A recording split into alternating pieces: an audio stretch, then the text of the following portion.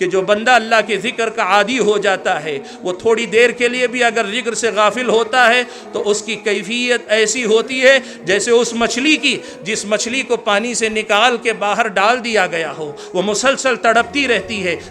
رہتی ہے یہاں تک کہ یا تو اسے پانی میں دوبارہ ڈال دیا جائے جی اٹھتی ہے یا پھر تڑپتے تڑپتے جان دیتی ہے۔ سبحان اللہ، میری اور آپ کی توحید کو وہ کمال کب نصیب ہوگا جہاں اللہ کے ذکر سے تھوڑی غفلت بھی ہم پہ اتنی شاق گزرے۔ اللہ معاف فرمائے ہمیں، ابھی بہت لمبا سفر باقی،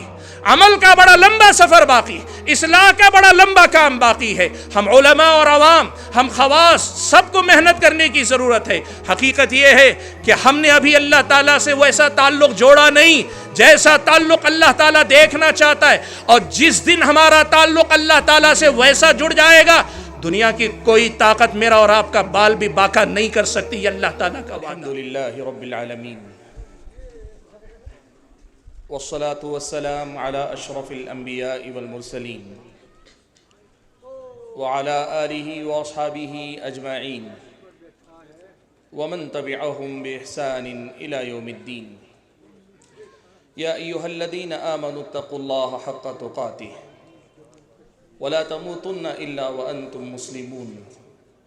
یا ایہا الناس اتقوا ربکم الذی خلقکم من نفس واحدہ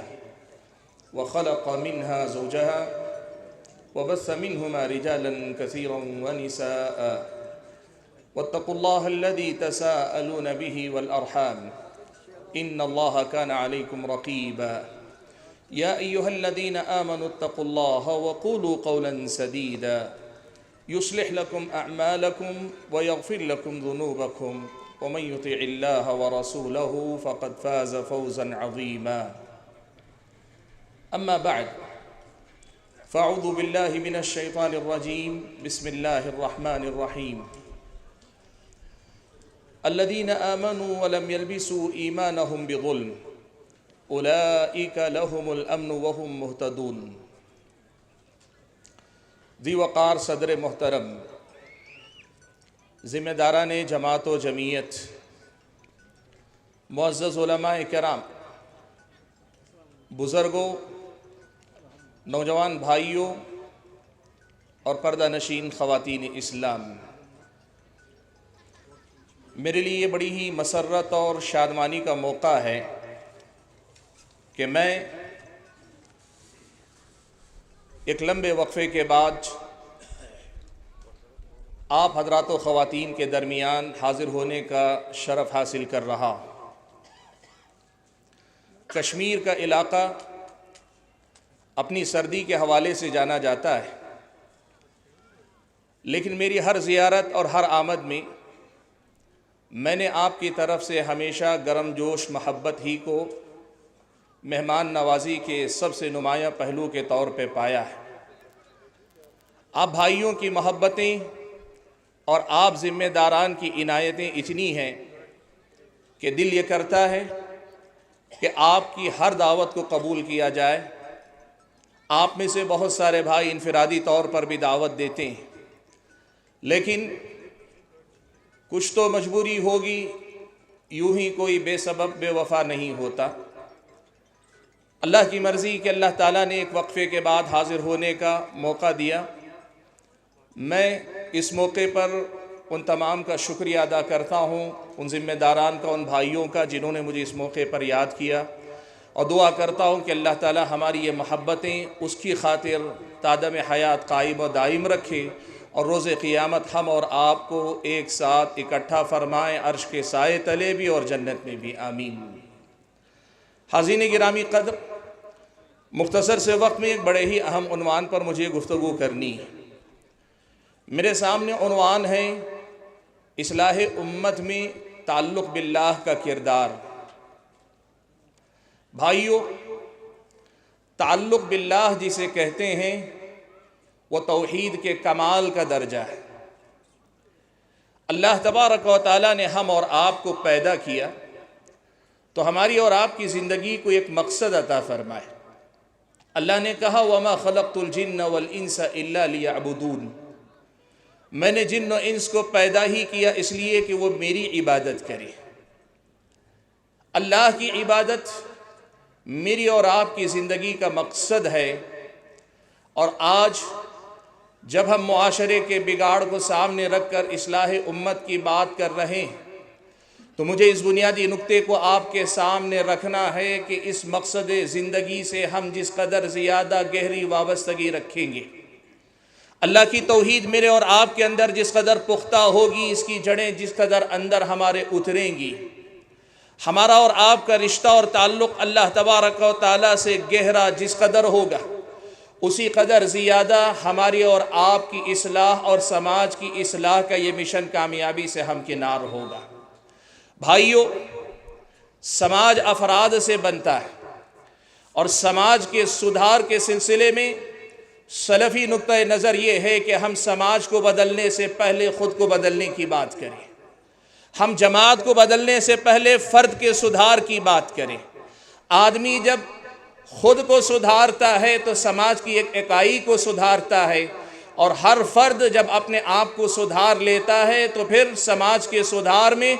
پوری طرح سے ہر فرد اپنا حصہ لگا رہا ہے، حصہ دے رہا ہے۔ یہ بات سلفی نقطہ نظر کی دعوت کا طرۂ امتیاز ہے۔ حاضرین گرامی قدر، جب ہم اس مسئلے پہ بات کریں کہ ہمیں سماج کو سدھارنا ہے،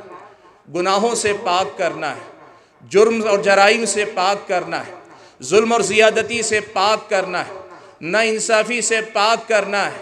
خرابی سے پاک کرنا ہے، ظاہری و باطنی گندگی سے پاک کرنا ہے، غلط سوچ سے ہمیں سماج کو پاک کرنا ہے، اور سب سے بڑھ کر یہ کہ انسانیت کو پامال کرنے والے یہ جو ہاتھ ہیں ان پہ لگام لگانی ہے، اور اس سماج کو ایک مثالی معاشرہ بنانا ہے۔ تو قرآن و سنت کی تعلیمات ہم اور آپ کو ایک بنیادی نقطہ سجھاتی سمجھاتی ہیں کہ تم سب سے پہلے رب ذوالجلال سے تمہارا اپنا جو رشتہ جو تعلق ہے اس کا جائزہ لو،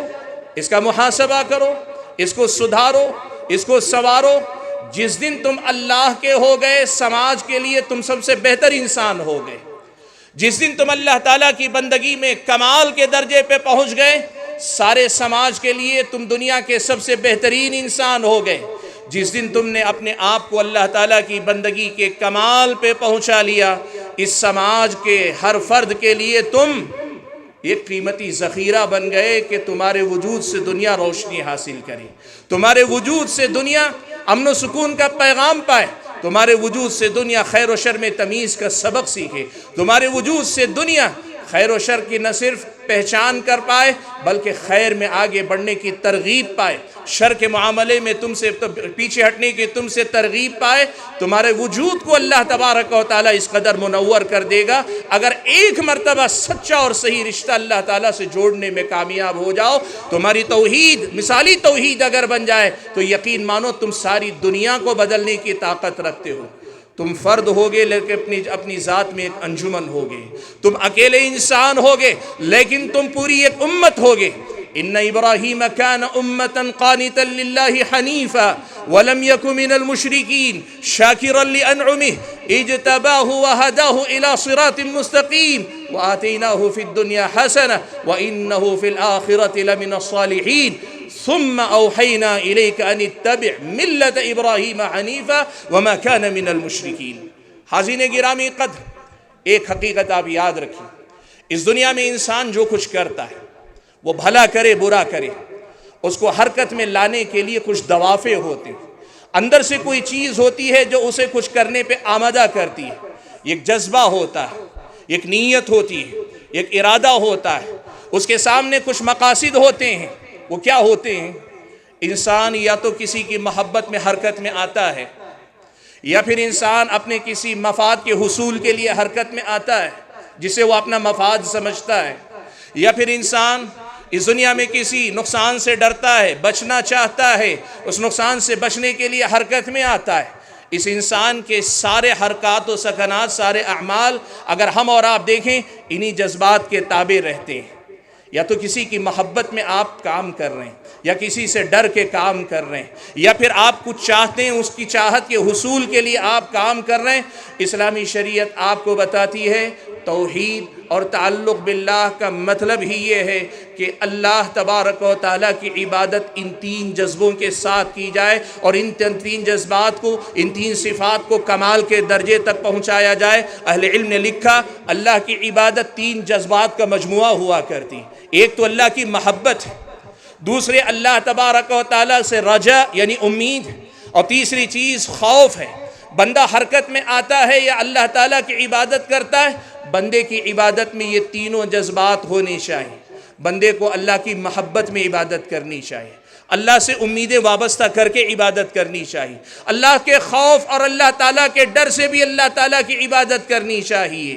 بندے کا تعلق اللہ سے جب مضبوط ہوتا ہے، یہ اللہ سے محبت بندے کی کمال کو پہنچتی ہے۔ تعلق جب مضبوط ہوتا ہے، امید اور رجا کا یہ رشتہ اللہ تعالیٰ سے مضبوط ترین ہوتا جاتا ہے۔ اللہ تعالیٰ سے تعلق مضبوط ہوتا ہے، اللہ تعالیٰ سے خوف کا رشتہ مضبوط ہوتا ہے۔ اور جب بندے کا رشتہ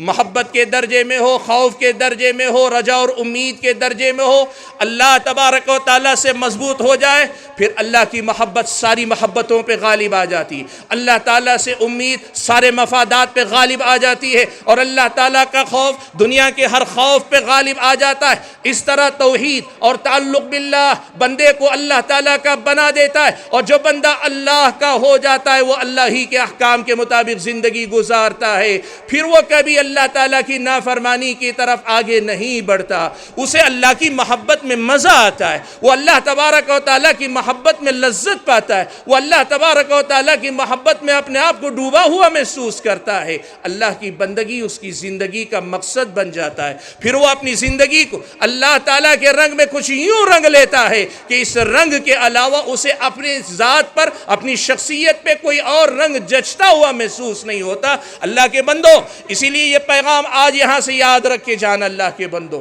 کہ تعلق باللہ سے بڑا کوئی کام نہیں جو اصلاح امت کے باب میں ہم اور آپ کر سکیں۔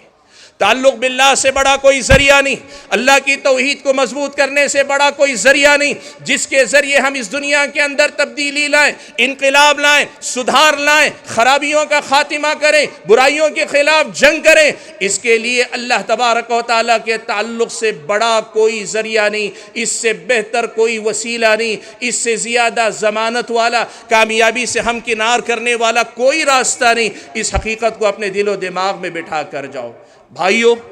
ہم اپنی اصلاح خود کرنا چاہتے ہیں، محنت اپنے آپ پہ کرو کہ ہر گزرتے دن کے ساتھ میرا رشتہ اللہ تعالیٰ سے مضبوط تر ہونا چاہیے۔ اللہ کی قربت، اللہ کی نزدیکی، اللہ تبارک و تعالیٰ کے قرب کا تجربہ دن دوگنی رات چوگنی ہمارے اندر ترقی کرنا چاہیے۔ یہ میری اور آپ کی اصلاح کی بنیاد ہے۔ میں سب سے پہلے اپنے اللہ سے اپنے رشتے کا جائزہ لوں، اور اگر ہم سماج کے سدھار کی بات کرتے ہیں تو پھر یہ بھی یاد رکھو، سماج کو سدھارنے کے لیے بھی سماج کے افراد کا، ہر فرد کا اللہ تبارک و تعالیٰ سے رشتہ جوڑنے کی کوشش کرو کہ یہی کامیابی کی ضمانت ہے۔ بھائیو، یہ اصولی اور بنیادی بات اگر آپ نے سمجھ لی ہے تو ذرا آئیے ہم کتاب و سنت کی ان نصوص کی طرف چلتے ہیں جہاں ہماری رہنمائی کی گئی ہے کہ اصلاح امت کا کام ہو، انسانیت کی خدمت کی بات ہو، یا پھر اس دنیا کے اندر ایک بہتر معاشرہ قائم کرنے کی بات ہو،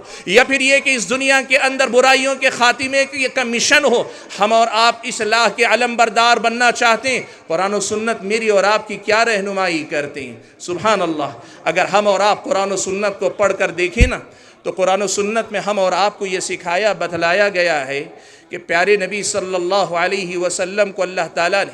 جس سماج اور معاشرے میں بھیجا تھا وہ سماج مشرکوں کا تھا، غیر اللہ کی عبادت میں ڈوبا ہوا تھا، بت پرستی میں ڈوبا ہوا تھا، اور اس بت پرستی میں ڈوبے ہونے کے ساتھ ساتھ اس سماج کے اندر بڑی خرابیاں تھیں، اس سماج کے اندر بڑی برائیاں تھیں، اس سماج کے اندر بہت ساری خرابیوں نے اپنے پنجے گاڑ رکھے تھے۔ اللہ کے نبی صلی اللہ علیہ وسلم آپ کی بعثت سے پہلے کے زمانے کو آج بھی ہم زمانے جاہلیت کہتے ہیں۔ آج بھی ہم اسے جاہلیت کا دور کہتے ہیں، آج بھی ہم یہ کہتے ہیں کہ اس دور کا انسان پوری طرح اپنی انسانیت پہ باقی نہیں رہ گیا تھا، وہ کئی معاملات میں انسانیت کے درجے سے گر کر حیوانوں کے درجے میں آ گیا تھا۔ آج بھی ہم کہتے ہیں اس بگڑے سماج کو، اس اجڑے سماج کو، اس اللہ تعالیٰ سے دور گئے سماج کو، یا پھر یوں کہیے کہ انسانیت کے درجے سے گرے سماج کو اللہ کے نبی نے سدھارا، اللہ کے نبی نے سنوارا، اللہ کے نبی صلی اللہ علیہ وسلم نے ان کی تربیت کی، اللہ کے نبی صلی اللہ علیہ وسلم نے ان کو بنایا اللہ کے حکم سے۔ کیسے بنایا آپ جانتے ہیں، پوری 23 سالہ نبوی زندگی میں، پوری 23 سالہ نبوی مشن والی آپ کی اپنی زندگی میں آپ نے کیا کیا؟ 13 سال تک 3 بنیادی عقیدوں پہ آپ نے کام کیا، توحید، رسالت، آخرت۔ مکی صورتوں کا یہ مرکزی موضوع تھا۔ اللہ کے نبی صلی اللہ علیہ وسلم نے توحید کے پیغام کو 13 سال تک پوری مضبوطی کے ساتھ مکی زندگی میں لوگوں میں عام کیا۔ پھر آپ صلی اللہ علیہ وسلم مدینہ چل کر آئے۔ جب اللہ کے نبی مدینہ پہنچے 10 سال آپ نے وہاں گزارے۔ عام طور پر اہل علم یہ بات کہا کرتے ہیں، یہاں احکام، شریعت، عبادات، اخلاق، سیاست، معاملات، کردار، یہ ساری تعلیمات اسلامی شریعت کی مدینے میں نازل ہوئی۔ لیکن 2 باتیں میں آپ کے سامنے کہوں۔ پہلی بات تو یہ کہ مدینہ میں یہ ساری تعلیمات توحید کی اسی دعوت کے ساتھ رہیں۔ توحید کی دعوت کا تسلسل مدینے میں بھی برابر جاری رہا، توحید کی دعوت کا یہ تسلسل برابر جاری رہا۔ اللہ کے نبی نے ان احکام کی پابندی کروائی تو تعلق باللہ کی ان بنیادوں کو مسلسل سیراب کرتے رہے، مسلسل تقویت دیتے رہے، اور ساتھ میں آپ نے کام کیا۔ اور اس سے آگے بڑھ کر ایک بڑی بات آپ کے سامنے کہوں، بھائیو یہ نہ سمجھو کہ عقیدہ ایک ہے، عمل ایک اور چیز، عقیدہ الگ ہے، عمل ایک اور چیز ہے۔ اگر آپ ایسا سمجھتے ہیں تو آپ کا ہمارا سمجھنا غلط ہے بھائیو۔ آپ اگر دیکھیں عمل حقیقت میں اسی عقیدے کا عملی مظاہرہ ہے، عقیدہ اسی عقیدے توحید، اسی تعلق باللہ کی تصویر ہے۔ بندے کا عقیدہ اس کے عمل میں نظر آتا ہے، بندے کا اللہ تعالیٰ سے رشتہ اس کے عمل میں جھلکتا ہے، بندے کا اس کے رب سے رشتہ اس کے اپنے عمل میں نظر آنا چاہیے۔ یہی اسلامی شریعت کی تعلیم ہے۔ اور اگر آپ اس نقطے کو سمجھ پا رہے ہیں تو پھر یوں سمجھیے، مدینے کی 10 سالہ زندگی بھی اللہ کے نبی نے تعلق باللہ اور توحید کی مضبوطی پر ہی اللہ کے نبی نے کام کیا۔ آپ دیکھو صحیح بخاری و مسلم کی ایک حدیث صرف آپ کے سامنے پیش کروں، اللہ کے نبی نے کیا فرمایا۔ اللہ کے نبی گنا رہے ہیں وہ اعمال جو اخلاق کے باب سے ہیں، جو لوگوں کے عملی احکام سے متعلق تعلیمات، لیکن اس کا سیاق دیکھو، اس کو بتانے کا اسلوب دیکھو۔ اللہ کے نبی نے فرمایا، حضرت ابو ہریرہ رضی اللہ تعالیٰ عنہ راوی ہیں، اللہ کے نبی نے فرمایا، من کان یؤمن باللہ والیوم الآخر فلیقل خیرا او لیصمت ومن كان يؤمن بالله واليوم الآخر فليكرم جاره ومن كان يؤمن بالله واليوم الآخر فليكرم ضيفه۔ اللہ کے نبی صلی اللہ علیہ وسلم، بولو تو اچھا بولو یا خاموش رہو، مہمان کی عزت کرو، اپنے پڑوسی کی تکریم کرو، یہ وہ تعلیمات ہیں جنہیں ہم اخلاقی تعلیمات کہتے ہیں۔ لیکن اللہ کے نبی اخلاقی تعلیمات کو سمجھانے کے لیے حوالہ دے رہے ہیں ایمان باللہ کا، تعلق باللہ کا، کہ جو اللہ اور آخرت کے دن پر ایمان رکھتا ہو اس کو چاہیے کہ بولے تو اچھا بولے، اس کو چاہیے کہ اپنے مہمان کی تکریم کرے، اس کو چاہیے کہ اپنے پڑوسی کی عزت کرے۔ اور دوسری روایت میں الفاظ یوں بھی آئے، من کان یؤمن باللہ والیوم الآخر فلا یؤذی جارہ، جو اللہ اور اس کے اللہ پر اور آخرت کے دن پہ ایمان رکھتا ہو وہ اپنے پڑوسی کو تکلیف نہ دے۔ مطلب کیا ہوا؟ یہ خوبیاں آئیں گی اس وقت جب بندے کا تعلق باللہ مضبوط ہوگا، یہ خوبیاں بندے کے اندر آئیں گی اس وقت جب بندے کی توحید مضبوط ہوگی۔ اللہ کے بندو، پیارے نبی صلی اللہ علیہ وسلم نے اسی توحید کو، اسی تعلق باللہ کو اپنی دعوت کا مرکز اور محور بنا کر آپ نے کام کیا، تو اس کی برکت کیا نظر آئی معلوم ہے آپ کو؟ شاعر نے کہا، خود نہ تھے جو راہ پر اوروں کے ہادی بن گئے،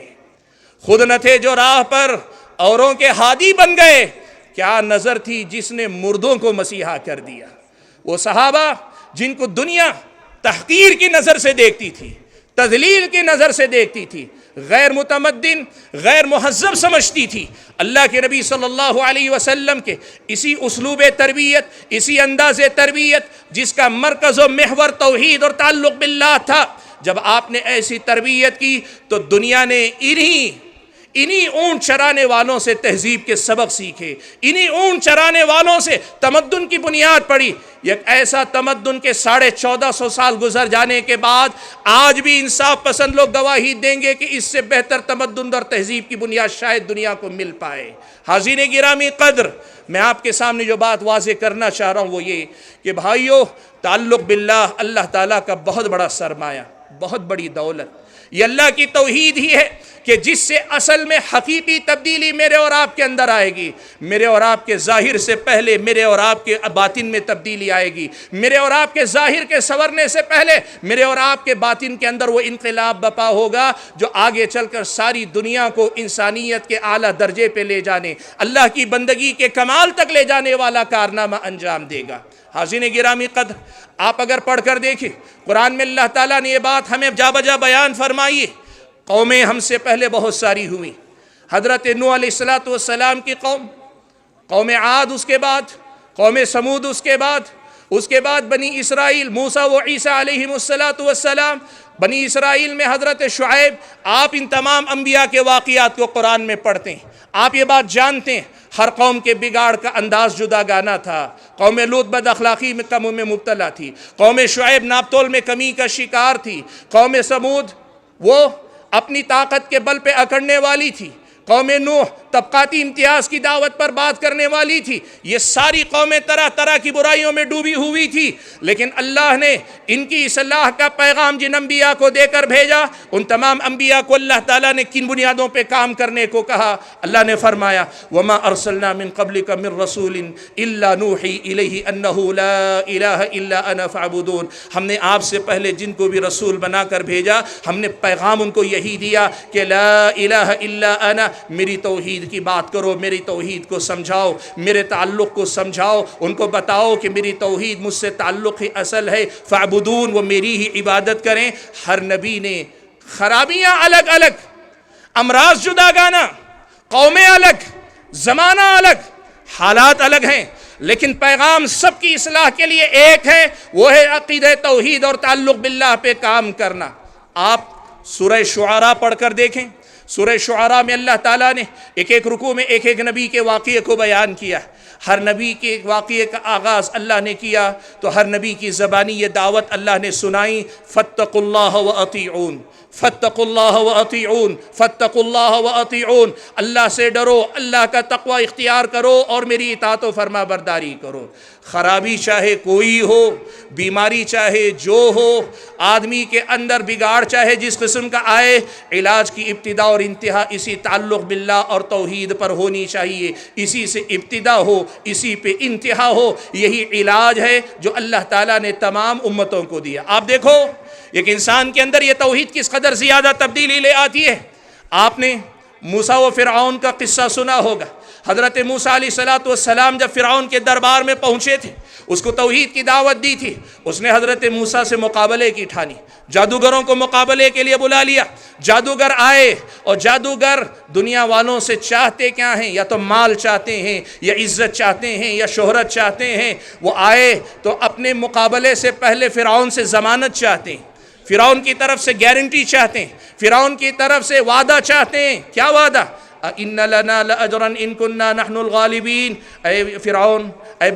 بادشاہ، یہ بتا تو صحیح، ہم مقابلہ کریں گے، موسیٰ کو ہرائیں گے، ان پہ غالب آئیں گے، ان کو مغلوب کریں گے، ان پہ غلبہ پا کر تمہاری مراد کو پورا کریں گے، لیکن پہلے یہ ضمانت دے دو، یہ بتا دو ہم جیت گئے تو ہمیں کیا ملے گا، ہم جیت گئے تو ہم کس چیز سے نوازے جائیں گے۔ فرعون نے جو سب سے بڑا انعام ہو سکتا ہے کہا، تم اگر جیت جاؤ تو تمہیں کیا دوں گا؟ تمہیں اپنا مقرب بنا لوں گا، اپنا درباری بنا لوں گا، اور میرے درباری بن گئے، تمہیں عزت بھی مل گئی، تمہیں منصب بھی مل گیا، تمہیں دولت بھی مل گئی، تمہیں پہچان بھی مل گئی، تمہیں تمہاری دنیا سب کچھ مل گئی۔ یہی جادوگر ہیں، مقابلہ کرتے ہیں حضرت موسیٰ علیہ السلام سے، اور مقابلے میں شکست کے ساتھ ہی انہیں اللہ تعالیٰ کی طرف سے توحید کی توفیق مل جاتی ہے۔ اب آپ دیکھو، دنیا کا یہ اصول یاد رکھو، جو آدمی دنیا میں جس قدر زیادہ دل لگاتا ہے اسی قدر زیادہ ڈرپوک ہوا کرتا ہے۔ یہ دنیا دار تھے جادوگر، یہ دنیا دار تھے جادوگر، ان کے دل میں کس قدر ڈر ہونا چاہیے، کس قدر خوف ہونا چاہیے۔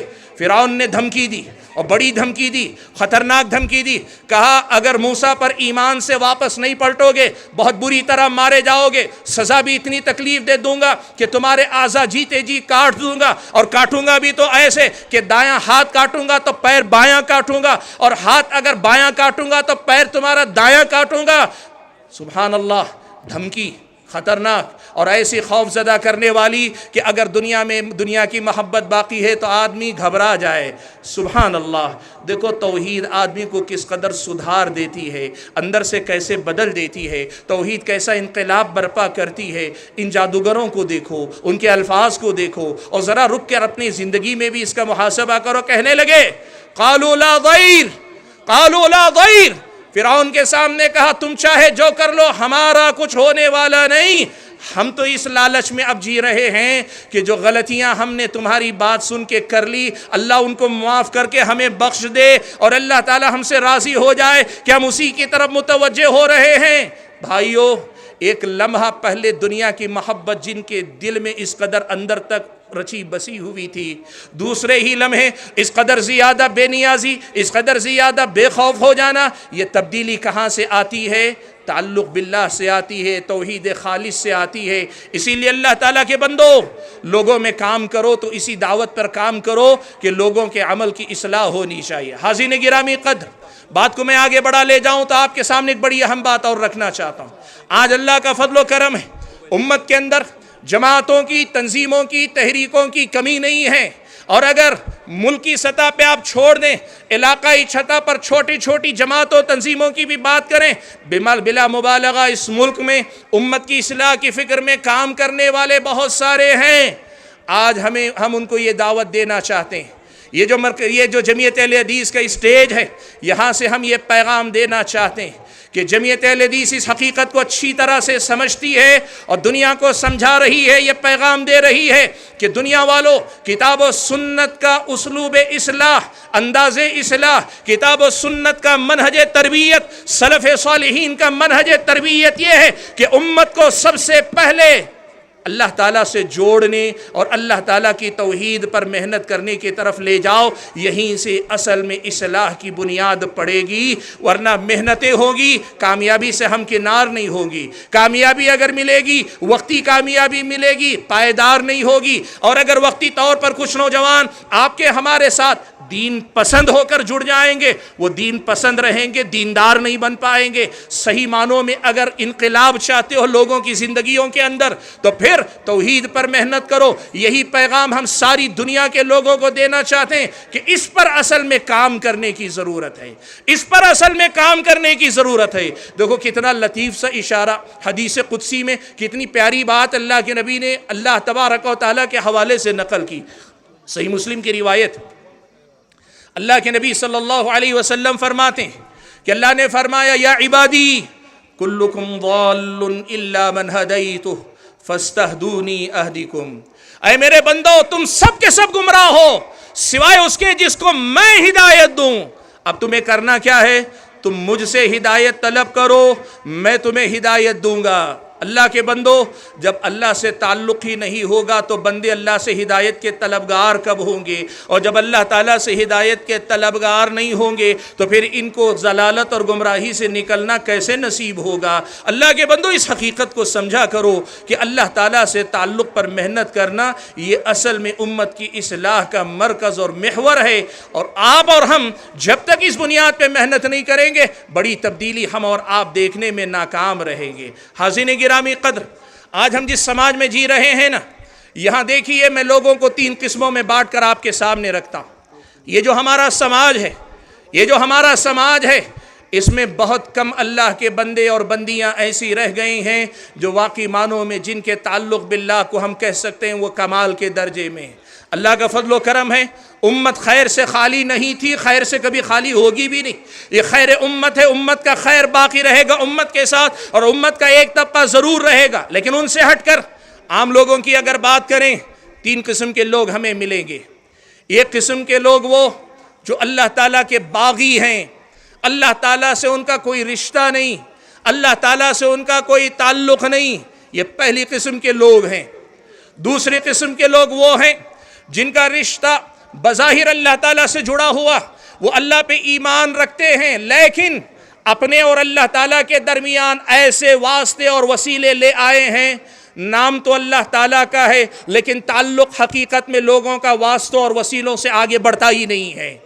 وہ اولیاء کے نام پہ ہو، وہ بزرگوں کے نام پہ ہو، وہ آل بیت رسول صلی اللہ علیہ وسلم کے نام پر ہو یا کسی اور نام پر ہو، نام اللہ تعالیٰ کا لیکن تعلق ان درمیان کے واسطوں سے آگے بڑھ کر اللہ تعالیٰ سے حقیقی رشتہ نہیں جڑ پاتا۔ یہ دوسری قسم کے لوگ ہیں جو امت کے اندر نظر آئیں گے۔ اور تیسری قسم کے لوگ وہ ہیں جن کا رشتہ اللہ تعالیٰ سے ہے، وہ واسطے وسیلوں سے پرے اللہ تعالیٰ سے جڑے ہیں لیکن رشتہ بڑا کمزور ہے، رشتہ بڑا کمزور ہے، اللہ تعالیٰ سے تعلق میں مضبوطی نہیں، اللہ تبارک و تعالیٰ سے تعلق میں استحکام نہیں، استمرار نہیں، اللہ تعالیٰ سے تعلق ڈگمگاتا ہے۔ صبح کو ایمان مضبوط ہوتا ہے، شام تک ڈگمگانے لگتا ہے، شام میں ایمان مضبوط ہے، صبح تک ڈگمگانے لگتا ہے۔ اللہ کے بندو، جو اللہ کے باغی ہیں انہیں یہ پیغام دینے کی کوشش کرو کہ دنیا میں اللہ تعالیٰ کی بندگی سے دور جانے سے بڑی یتیمی کوئی نہیں ہے۔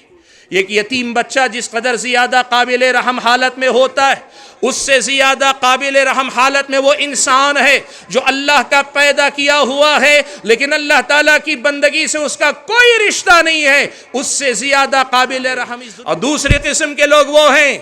جو اللہ کے نام سے جڑے ہیں لیکن حقیقی تعلق ان کا واسطوں اور وسیلوں سے رہ گیا ہے۔ تمہیں قرآن پڑھنا چاہیے، بار بار پڑھنا چاہیے، تمہیں توحید کی گہرائی کو سمجھنا چاہیے، تمہیں تعلق باللہ کی لذت کو سمجھنا چاہیے، تمہیں تعلق باللہ کے حقیقی مفہوم کو سمجھنا چاہیے، وہ مفہوم جو قرآن میں آیا، وہ مفہوم جو حدیث رسول میں آیا، وہ مفہوم جو سلف صالحین کی زندگیوں میں آیا۔ تعلق باللہ کے اس معنی کو سمجھو۔ وَإِذَا سَأَلَكَ عِبَادِي عَنِّي فَإِنِّي قَرِيبٌ اجیب دعوت الداعی اذا دعانی فلیستجیبوا لی ولیؤمنوا بی لعلہم یرشدون۔ جب میرے بندے آپ سے میرے بارے میں پوچھیں تو آپ کہیں میں قریب ہوں، پکارنے والے کی پکار کا میں جواب دیتا ہوں۔ فلیستجیبوا لی، وہ مجھی کو پکارے، ولیؤمنوا بی، مجھی پر ایمان رکھیں، لعلہم یرشدون، شاید کہ وہ اصلاح معاشرہ میں کامیاب ہو جائیں، شاید کہ وہ کامیاب ہو جائیں۔ اللہ کے بندو، تعلق باللہ کی اس حقیقت کو سمجھو۔ اور رہے ہمارے وہ بھائی اور بہنیں جو اللہ کے فضل و کرم سے ان دونوں جرائم یا غلطیوں سے پاک ہیں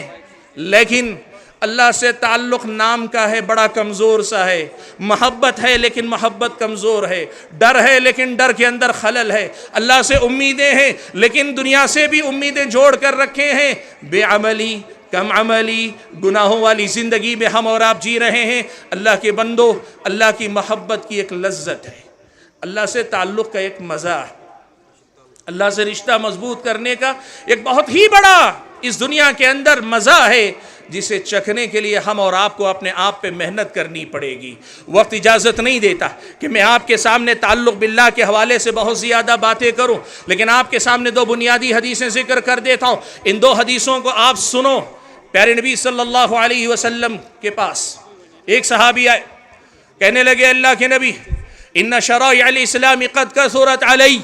اللہ کے نبی یہ جو شریعت کے احکام ہیں، مسائل ہیں، تعلیمات ہیں، ہدایت ہیں، یہ بہت زیادہ ہو گئی ہیں۔ یعنی یوں سمجھیے وہ یہ کہنا چاہ رہے ہیں ایک پکڑتا ہوں تو دوسری ہاتھ سے نکل جاتی ہے، ایک پہ توجہ دیتا ہوں تو دوسری چھوٹ جاتی ہے۔ اللہ کے نبی دلنی علی امر اتشبث بہ، اللہ کے نبی کوئی ایک ایسی جامع تعلیم بتا دیجئے میں اس کو لازم پکڑ لوں تو ان تمام خیرات کا جامع وہ بن جائے، میری اپنی زندگی میں میں ہر طرح کے خیر کا مستحق ہو جاؤں۔ اللہ کے نبی نے فرمایا لا یزال لسانک رطبا من ذکر اللہ، تم اس بات کا خیال رکھو کہ تمہاری زبان اللہ کے ذکر سے ہمیشہ تر رہنی چاہیے، تمہاری زبان اللہ تعالیٰ کے ذکر سے ہمیشہ تر رہنی چاہیے۔ اور اللہ کے نبی کے بارے میں صحابی نے خود یہ بات ارشاد فرمائی، کان رسول اللہ صلی اللہ علیہ وسلم یذکر اللہ فی کل احیانہ، اللہ کے نبی ہر وقت اللہ تبارک و تعالیٰ کا ذکر کیا کرتے تھے۔ بھائیو، یہ ذکر صرف الفاظ کی تکرار کا نام نہیں، یہ ذکر صرف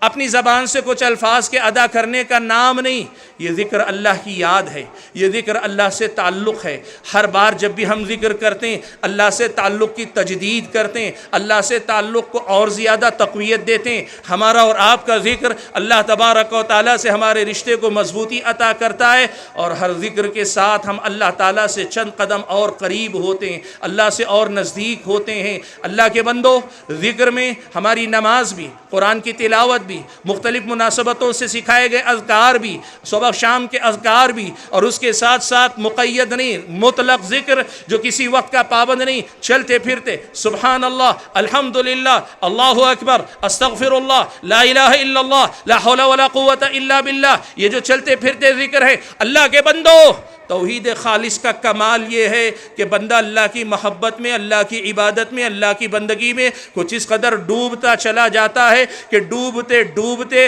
پھر اسے اللہ تبارک و تعالیٰ کے ذکر کے علاوہ دنیا میں کچھ بھی اچھا نہیں لگتا، اللہ کے ذکر کے علاوہ اسے دنیا میں کسی چیز میں دل نہیں لگتا۔ معاف کرنا، ہم اور آپ اپنے آپ کو اہل حدیث کہتے ہیں، اور شکر ہے اللہ کا کہ ہم ہیں، ایسا نہیں کہ نہیں، لیکن میرے بھائیوں، ابھی ہماری توحید کو اس کمال کے درجے تک پہنچنا ہے جس درجے میں پہنچنے کے بعد ہم اللہ کے ذکر سے غافل نہ ہو۔ ابن قیم رحمۃ اللہ علیہ نے لکھا ہے کہ جو بندہ اللہ کے ذکر کا عادی ہو جاتا ہے، وہ تھوڑی دیر کے لیے بھی اگر ذکر سے غافل ہوتا ہے تو اس کی کیفیت ایسی ہوتی ہے جیسے اس مچھلی کی جس مچھلی کو پانی سے نکال کے باہر ڈال دیا گیا ہو، وہ مسلسل تڑپتی رہتی ہے یہاں تک کہ یا تو اسے پانی میں دوبارہ ڈال دیا جائے جی اٹھتی ہے، یا پھر تڑپتے جان دیتی ہے۔ سبحان اللہ، میری اور آپ کی توحید کو وہ کمال کب نصیب ہوگا جہاں اللہ کے ذکر سے تھوڑی غفلت بھی ہم پہ اتنی شاق گزرے۔ اللہ معاف فرمائے ہمیں، ابھی بہت لمبا سفر باقی، عمل کا بڑا لمبا سفر باقی، اصلاح کا بڑا لمبا کام باقی ہے۔ ہم علماء اور عوام، ہم خواص، سب کو محنت کرنے کی ضرورت ہے۔ حقیقت یہ ہے کہ ہم نے ابھی اللہ تعالیٰ سے ویسا تعلق جوڑا نہیں جیسا تعلق اللہ تعالیٰ دیکھنا چاہتا ہے، اور جس دن ہمارا تعلق اللہ تعالیٰ سے ویسا جڑ جائے گا، دنیا کی کوئی طاقت میرا اور آپ کا بال بھی باقا نہیں کر سکتی۔ یہ اللہ تعالیٰ کا وعدہ ہے، اِنَّا لَنَنْصُرُ رُسُلَنَا وَالَّذِينَ آمَنُوا فِي الْحَيَاةِ الدُّنْيَا وَيَوْمَ يَقُومُ الْأَشْهَادُ۔ اللہ کا وعدہ ہے، اللہ رسولوں کی بھی مدد کرے گا، آخرت سے پہلے اس دنیا کے اندر ایمان والوں کی بھی مدد کرے گا۔ یہ جو ہاہاکار مچی ہوئی ہے، یہ جو مظلومیت کی شکایتیں ہیں، یہ دنیا میں بربادی کے جو فسانے ہیں، یہ دنیا میں ہم تاریخ کے سامنے جو مظلومیت کا رونا رو رہے ہیں، اس رونے سے تو زیادہ اچھا ہے اپنے آپ کو اللہ تعالیٰ کے سامنے لا کے گرا لو، اللہ کے سامنے لا کے جھکا لو، اپنے آپ کو اللہ تعالیٰ سے جوڑ لو، اللہ تعالیٰ کے سپرد ہو جاؤ، اپنے آپ کو اس کے حوالے کر دو، اور توکل کے اس کمال پہ پہنچ جاؤ جہاں ساری دنیا سے بے نیاز ہو جاؤ، اور یہ کہو اے اللہ ہم نے اپنے آپ کو تیرے حوالے کیا، اور تیرے حوالے کرنے کے بعد ہم مطمئن ہو گئے کہ نعم المولا و نعم النصیر، تو کیا ہی بہتر والی اور مولا ہے، اور تجھ سے بہتر کوئی معاون اور مددگار نہیں ہو سکتا۔ حاضرین گرامی قدر، بات کو مختصر کرتے ہوئے میں یہ بات آپ کے سامنے گنانا چاہوں گا، آپ اس بات کو کوئی ہوائی بات ہی نہ سمجھیں۔ وہ جو تنظیمیں جماعتیں کام کر رہے ہیں، خود ہماری اپنی جماعت اور جمعیت کو بھی سامنے رکھ کر میں کہوں، ان کو ماضی قریب کی شیخ الاسلام محمد بن عبد الوہاب رحمۃ اللہ علیہ، سعودی عرب کی جو موجودہ حکومت ہے، اس کی جو آج جو یہ ترقی ہے، ساری دنیا میں اس کی جو حیثیت ہے، آپ اسے تاریخ کی ایسی مثال کے طور پر اپنے سامنے رکھیں جہاں توحید پر محنت ہوئی، تعلق باللہ پہ محنت ہوئی، تو اللہ تعالیٰ نے نہ صرف یہ کہ معاشرے کو ان کے سدھار دیا، سنوار دیا، بلکہ دنیا کی ساری نعمتوں کا محور اور مرکز اللہ تعالیٰ نے ان کو بنایا ہے۔ آج بھی ان کی دنیاوی زندگی، دنیا کے بہترین قوموں والی زندگی آپ کو نظر آئے گی۔ اللہ کے بندو، اللہ کی توحید پہ محنت کرو۔ اور آج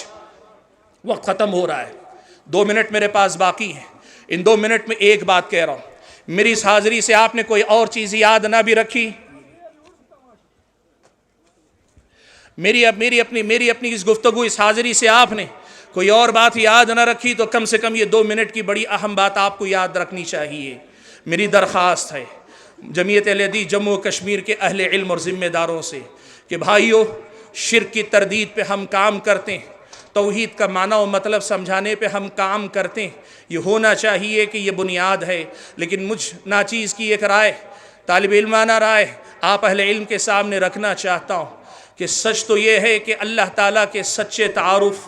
اللہ تعالیٰ کی توحید اسماء و صفات پر ہم نے کما حقہ محنت نہیں کی ہے۔ اللہ تعالیٰ کا تعارف کرواؤ، دنیا والوں کے سامنے اللہ تعالیٰ کا تعارف رکھو، اللہ کے اسماء حسنہ، اللہ تعالیٰ کی صفات علیہ، اور ان اسماء حسنہ کا ہماری اور آپ کی زندگیوں سے تعلق، ہماری اور آپ کی زندگی پر اس کے اثرات اتنا عظیم اور اتنا اہم موضوع ہے کہ بہت حد تک ہمارے سماج میں اس کی طرف سے غفلت پائی جاتی ہے۔ یقین مانو اللہ کے بندو، اللہ کی توحید اسماء و صفات میں اگر ہم ڈوبنے لگے نا تو پھر اللہ سے ایسی محبت ہوگی کہ شرک سے خود بخود نفرت ہو جائے گی۔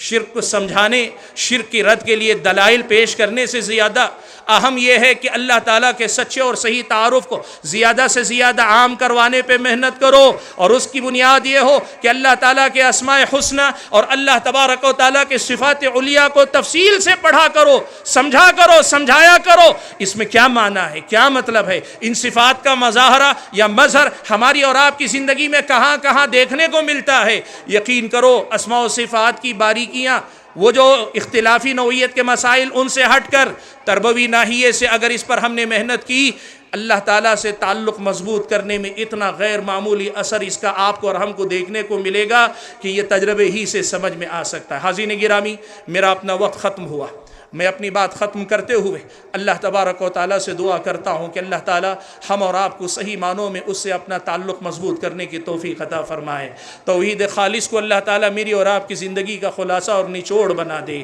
قل ان صلاتی و نسکی و محیای و مماتی للہ رب العالمین لا شریک لہ وبذالک امرت وانا اول المسلمین۔ حضرات گرامی قدر، گفتگو کے اختتام پر میں یہ بات آپ کے سامنے کہنا چاہتا ہوں انتظامیہ کی طرف سے کہ آپ حضرات شاید پہلے سے جانتے ہیں، لیکن پھر بھی آپ کے علم میں یہ بات لائی جا رہی ہے کہ اگلے مہینے 9 اور 10 نومبر کو مرکزی جمعیت اہل حدیث ہند کی جانب سے